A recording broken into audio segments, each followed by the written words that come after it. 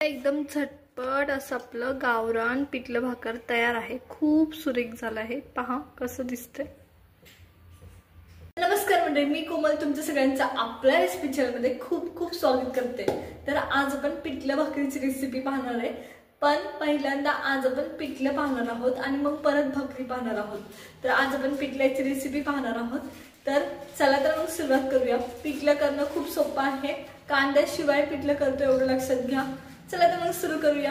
बेसन बनवण्यासाठी आपल्याला काय काय लागणार आहे। इथं माझ्याकडे हळद आहे छोटा चमचा, त्याच्यानंतर जिरे, इथं माझ्याकडे मिरचीचा ठेचा आहे। हा कच्चा ठेचा आहे, म्हणजे मिरची एक 8-9 मिरच्या आणि लसणाच्या पाकळ्या 8-9 असे घेतलेले आहे। हा ठेचा आहे तो।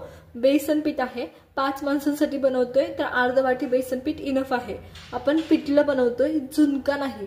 झुणक्याला बेसन जास्त लागतं, म्हणजे कमीत कमी एक वाटी तरी लागतं 4 माणसांसाठी। आपण पिठलं बनवतोय, थोडंसं पिठलं हे पातळ असतं, झुणका हे घट्ट असतं।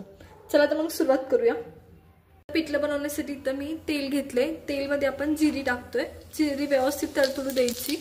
व्यवस्थित तडतडली आहे त्या टायमाला आपण ह्याच्यात ऍड करतोय अद्रक। आपली जी लसूण आणि मिरचीची पेस्ट होती ती व्यवस्थित परतायची, कच्चापणा पूर्ण घालून घ्यायचा।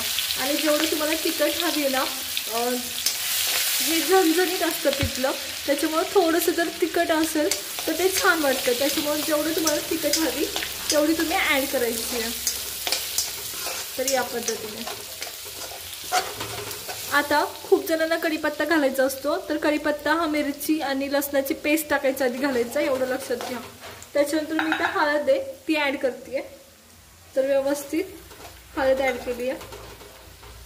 ऍड केल्यानंतर आपण पाणी ऍड करतोय। तुम्हाला जेवढं पिठलं थिक हवंय किंवा जेवढं पातळ हवंय त्यानुसार पाणी ऍड करायचं। मी इथं अर्धा कप वाटीसाठी माझ्या घरातला 1 ग्लास भर पाणी ऍड करतेय। तर हे एक व्यवस्थित उकळी आणायची। चला, पिठल्याच्या पाण्याला आपल्याला व्यवस्थित उकळी आले त्या टायमाला आपण ह्याच्यात मीठ ऍड करतोय। आणि आता उकळी आल्यावर काय करायचं, खूप जण बेसन हे असंच ऍड करतात, पण त्याने गुठळी होण्याची शक्यता असते। तर मी तर ट्रिक वापरते एक, की हे जे बेसन आहे त्याच्यात आपलं ह्याच्यातलं पाणी ऍड करते आणि खालीच थोडं थोडं पाणी ऍड करायचं, भजीला कसं करतो त्या पद्धतीने, आणि खालीच गुठळ्या मोडायच्या आणि मग ते मिक्सचर आपण त्याच्यात ऍड करणार आहोत। या पद्धतीने इथं माझं बेसन व्यवस्थित मी फेटून घेतलंय, जसं भजीला लागतं ना तसं। आणि तेच बेसन थोडं थोडं ऍड करायचं, म्हणजे गुठळ्या होत नाही। आणि हे हलवायचं कंटिन्युअसली, म्हणजे काय होणार, गुठळ्या बिलकुल नाही होत याने आणि एकजीव व्हायला सोपं जातं पाण्यामध्ये।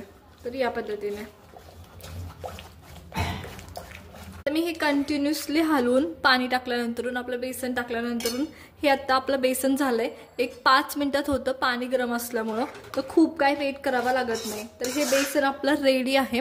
आता सांगते की बेसनाचा थिकनेस केवढा असावा, मी तुम्हाला दाखवते। या पद्धतीने थिकनेस असावा बेसनाचा, असाच पाहिजे। कारण जसं जसं बेसन थंड होतं ना, ते घट्ट व्हायला सुरुवात होते, त्याच्यामुळं या पद्धतीने असावं बेसन। या पद्धतीचंच असतं। तर या पद्धतीने आता आपण कोथिंबीर ऍड करणार आहोत। तर या पद्धतीने मी ही कोथिंबीर ऍड करून घेते। तर तुम्ही खाली घेतल्यावर सुद्धा ऍड करू शकता, पण मला वरतीच आवडते त्याच्यामुळे मी या स्टेजलाच ऍड केली आहे। तर आता हे बेसन तयार आहे। आता भाकरीसोबत आपण सर्व करणार आहोत, पण त्याला भाकरी सुद्धा करायची आपल्याला। चला तर मग आधी हे बेसन साईडला काढून घेऊया। एकदम झणझणीत आणि चविष्ट असं आपलं बेसन तयार आहे। तर आता सर्व करूया। आपण पिठलं काढून घेणार आहोत, तर मी तुम्हाला दाखवते आपलं पिठलं कसं झालंय ते। तर इथं माझ्याकडे पिठलं आहे।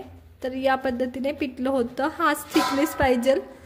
जर थंड झालं तर थोडासा थिकनेस जास्त येतो, एवढं लक्षात ठेवा। गरम असताना हा थिकनेस आहे ह्याला। तर मी सगळं पिठलं असंच काढून घेणार आहे। चला तर मी सगळं पिठलं असंच काढून घेते।